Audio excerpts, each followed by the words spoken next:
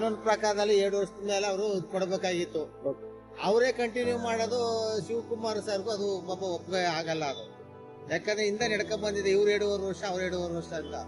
ಇದನ್ನ 2.5 ವರ್ಷ ಇವರು ಸಿದ್ದರಾಮಯ್ಯ ಅವ್ರು ಮತ್ತೆ ಅವ್ರು ಕೊಟ್ಬಿಟ್ರೆ ಮತ್ತೆ ಅವ್ರ ಮುಂದೆ ಎಲೆಕ್ಷನ್ ಅಲ್ಲಿ ಅವ್ರು ಗೆಲ್ಲಕ್ಕೂ ಒಂದು ಅವಕಾಶ.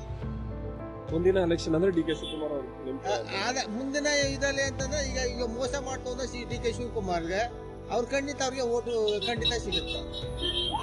ಈಗ ಒಂದ್ಸತಿ ಅವ್ರ ಸೀಟ್ ಬಿಟ್ಕೊಟ್ಬಿಟ್ರೆ ಅವಾಗ ಖಂಡಿತ ಡಿ ಕೆ ಶಿವಕುಮಾರ್ ಅವರೇ ಬರ್ತಾ ಇರ್ತಾರಲ್ಲ. ಅವರೇ ಬರ್ತಾರೆ ಅಂತಂದ್ರೆ ಸರ್, ಈಗ ಇಬ್ರು ಪಕ್ಷದಲ್ಲಿ ಇರೋದ್ರಿಂದ ಈ ಕಾನೂನನ್ನ ಅವರು ಪರಿಪಾಲಿಸಬೇಕು ಸಿದ್ದರಾಮಯ್ಯ ಅವರು. ಯಾಕಂದ್ರೆ ಇವ್ರಿಗೆ 2 ವಾರ ಅವ್ರಿಗೆ 2 ವಾರ ಯಾರೇ ಬರ್ಲಿ ಆಕ್ಚುಲಿ ಅದು ಇವ್ರಿಗೆ ಕಾನೂನು ಪ್ರಕಾರದಲ್ಲಿ ಮುಂದೆ ಅವ್ರು ಬರ್ದೇ ಇರ್ಲಿ. ಕಾನೂನು ಏನು ನಮ್ಮ ರಾಜ್ಯದಲ್ಲಿ ಅದ ಆ ಕಾನೂನು ಪರಿಪಾಲಿಸಬೇಕು. ಈಗ ಒಂದು ಗ್ರಾಮ ಪಂಚಾಯತ್ ಆದ್ರೂ ಅಷ್ಟೇ 2.5 ವರ್ಷ ಮೀಸಲಿದೆ ಉಪಾಧ್ಯಕ್ಷರಿಗೆ ಮತ್ತೆ ಅಧ್ಯಕ್ಷರುಗಳಿಗೆ.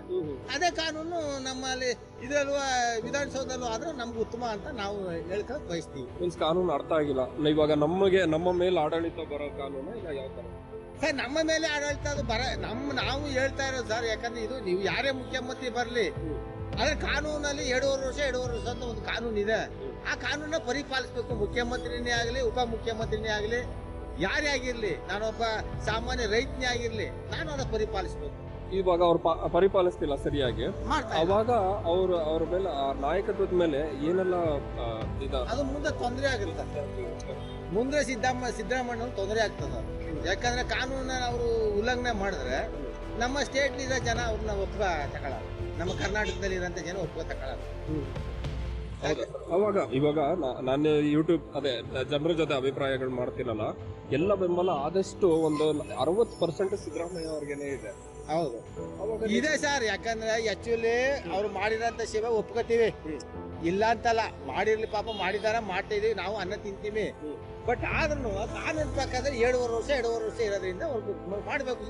ಯಾವಾಗ ಶಿವಕುಮಾರ್ ಮಾಡ್ಬೇಕು ಅವ್ರು, ಅದು ನಮ್ಗೆ ಒಪ್ತಾ ಇಲ್ಲ, ಬೇಜಾರಾಗ್ತದ. ರಾಜ್ಯಪಾಲರೇ ಆಗ್ಲಿ ಯಾರೇ ಆಗ್ಲಿ, ನಾವು ರೈತರು ಊಟ ಹಾಕಿ ನಾವು ಅವ್ರನ್ನ ಗೆಲ್ಸಿ ನಾವು ಕಳಿಸಿರೋದು. ಜಾತಿಗೆ ನಮ್ಮ ದೇಶದ ನಮ್ಗೆ ಜನಗ ಆಡಳಿತ ಮಾಡಿ, ಕಷ್ಟ ಸುಖ ಏನು ಸೌಲಭ್ಯಗಳಿದೆ ಮಾಡ್ಕೊಡಿ ಅಂತ ನಾವು ಕಳಿಸಿರೋದು. ಇವ್ರು ಅಲ್ಲಿ ಕಚ್ಚಾಡಿದ್ರೆ ನಾವ್ ಇನ್ನೇನು ಮಾಡಕ್ಕಲ್ಲ. ಮುಂದೆ ನಮ್ಗೆ ಏನು ಒಳ್ಳೆ ಪ್ರಜೆ ಬರ್ತಾರೋ ನಾವು ಮಾಡ್ತೀವಿ.